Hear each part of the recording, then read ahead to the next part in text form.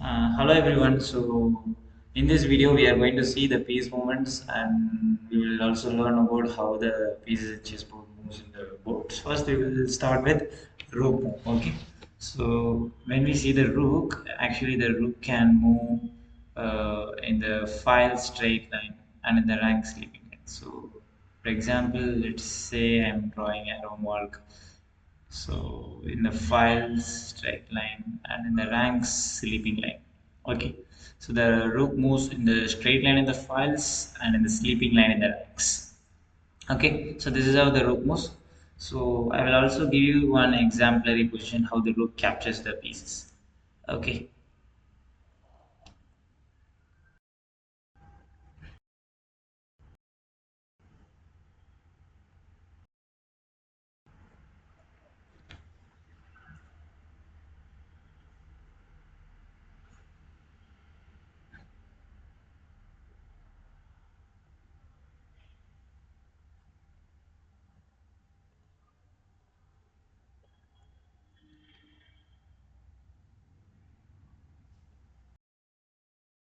in this position now when we see the rook can capture all the pawns, let's say b5, f5, d7 and d2. So for example, the rook can move in the straight line in the files and the rook can capture the pawn on d2 and d7. And the rook can move in the sleeping line and the rook can capture the pawn on g5 and b5. So this is how exactly rook moves. Rook moves in the files, straight line and sleeping line. So now we will go for bishop.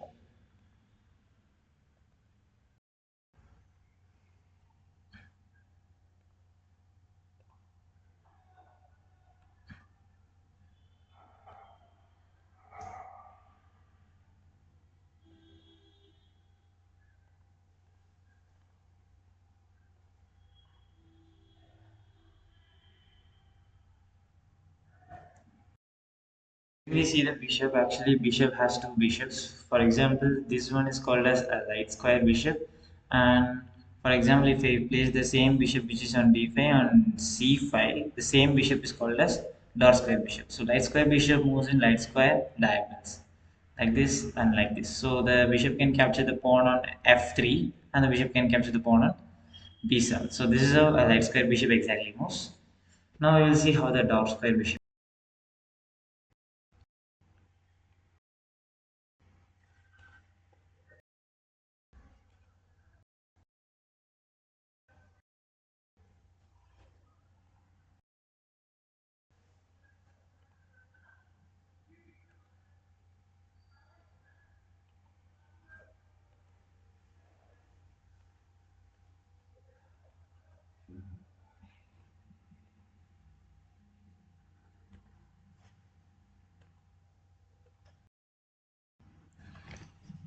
So when we see here now the dark square bishop is on d4. So the dark square bishop can only capture one pawn. So you take your time like 3 to 4 seconds.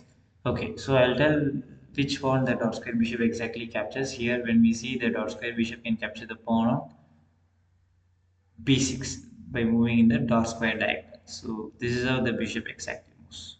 So you can see the arrow marks, and through the arrow marks you can learn how a bishop once again like this, like this, like this, and like this.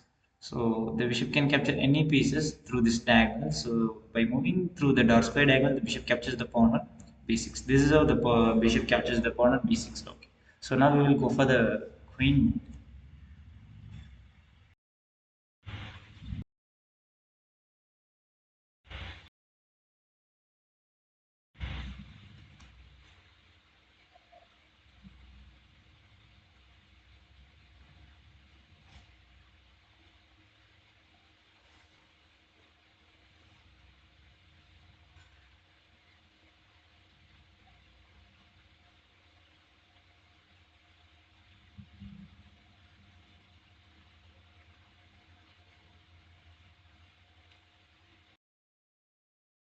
You see in this position, the queen can move the file ranks in diagonal. So in the file straight line and in the ranks sleeping line and in the diagonals slanting line.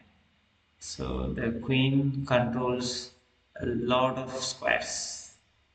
So we should be understanding how queen exactly moves in the file stacks and diagonals. For example, if the queen is on e5, the queen controls the whole e file plus the queen controls that.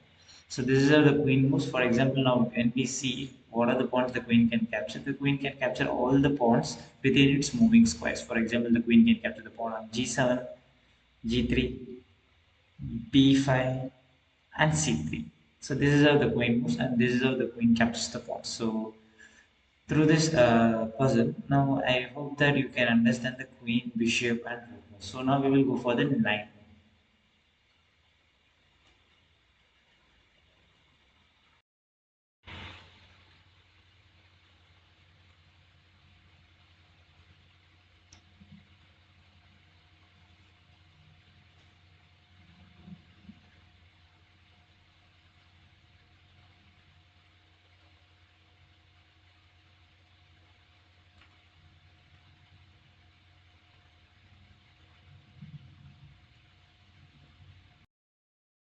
Knight, actually knight can move in the L shape, the knight can jump through the ranks and diagonals. So like this, like this.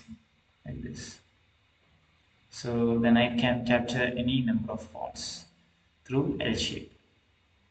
So this is how the knight captures. The knight can capture all the 8 pawns. So when the knight can capture 8 pawns and when knight controls 8 squares, that knight is called as octopus knight. So when we see in this position, the knight attacks all pawns. So let's say c6 and e6, f5, b5, b3, c2, e2, f3. So the knight attacks all the 8 pawns in the L shape.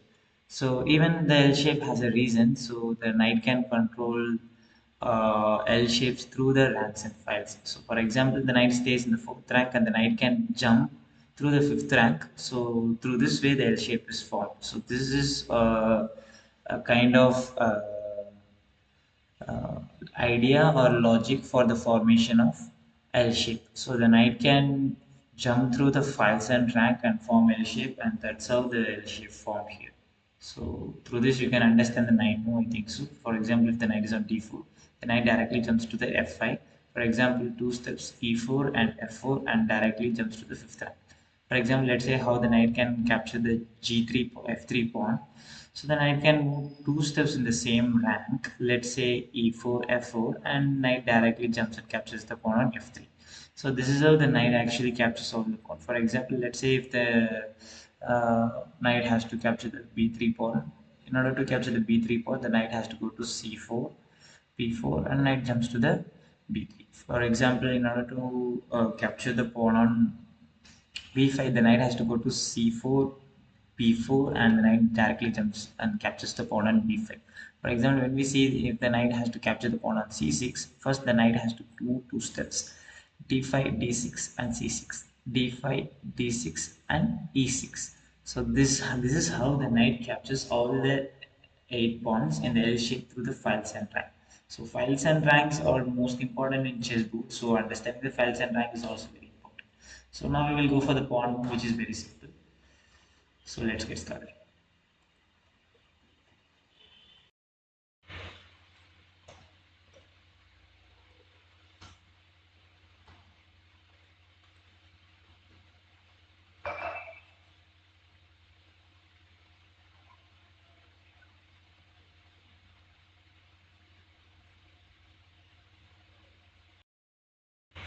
So when we see in this position, now the when we see the pawn will never move or never capture a piece in the files. For example, both the pawns on A file, F5 and A6, both the pawns can't move because both the pawns are staring at each other. They both can't move as they like. This pawn can capture this pawn and this pawn can't capture this pawn. So pawns cannot capture in the files. For example, here the pawn which is on E capture the pawn on F6 because the pawn can capture the pawns in the forward short diagonal or pawn can capture any piece through the forward short diagonal. Okay, so this is how the pawn move works, and we have a interesting position in pawn. For example, we will also learn how does a pawn promotion exactly works here. Let's say in this position. Let's say if white has to play, white can simply promote this pawn into a queen by going to a8. So a8 promotes to queen, and this would be a simple checkmate in 3. So if you do this checkmate, it would be a simple checkmate in 3 or 4. You can easily checkmate the black king. So this is how the pawn move works. And the final at last we have a king move. King also moves like a knight, but unfortunately, the king also moves like a queen, but unfortunately the king can only control only one spec. So let's say this position.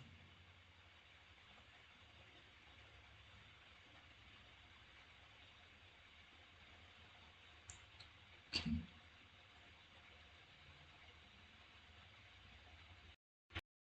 So now in this position, if black has to play, black can capture all these pawns by moving in the file stacks and diagonals. By moving the files, the pawn king can't capture any pawns because there is no pawns in the nearby king's file. But there is a pawn in the nearby king's rank. So the king can move to f5 and capture the pawn on f5, and the king can move to d5 and the king can capture the pawn on d5. Similarly, the king can also capture the d6 and f6 pawn by moving through the dark square diagonal. So this is how the pawn move works, sorry, king move works.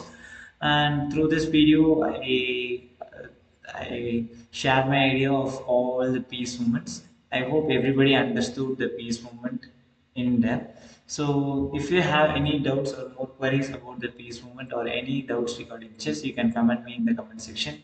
So it's me signing off, KB Praveen Krishna, and I will catch you up in the next video. So take care. Bye. See you.